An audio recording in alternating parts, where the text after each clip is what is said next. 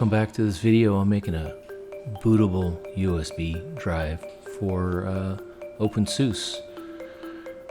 Yeah, it's never actually done this on Linux before. I've done it on Windows many times.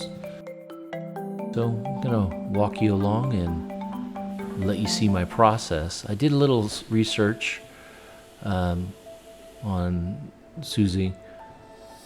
Image writer is what I found.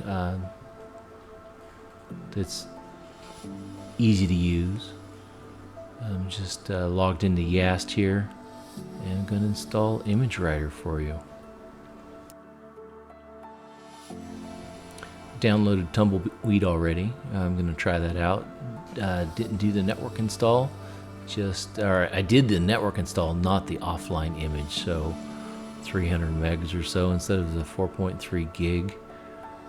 What I found here, that little area right there, yeah, click your mouse there.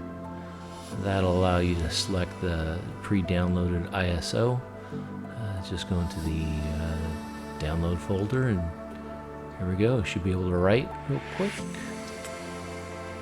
And I hit yes. One thing I found out, yeah, the USB is called Dell Recovery because it's a Dell Recovery USB. Don't need that. Don't use Windows anymore. Haven't used Windows for roughly, I don't know, 40 days or so. So we'll just kick back and let this go.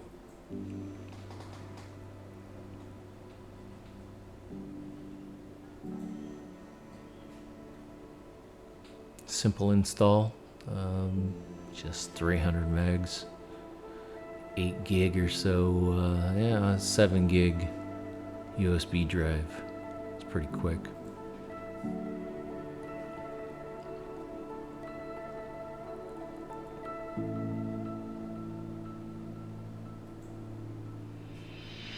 If you're coming from Windows, it is possible to create a bootable USB drive with an image writer. There, done, popped up, it's available to use.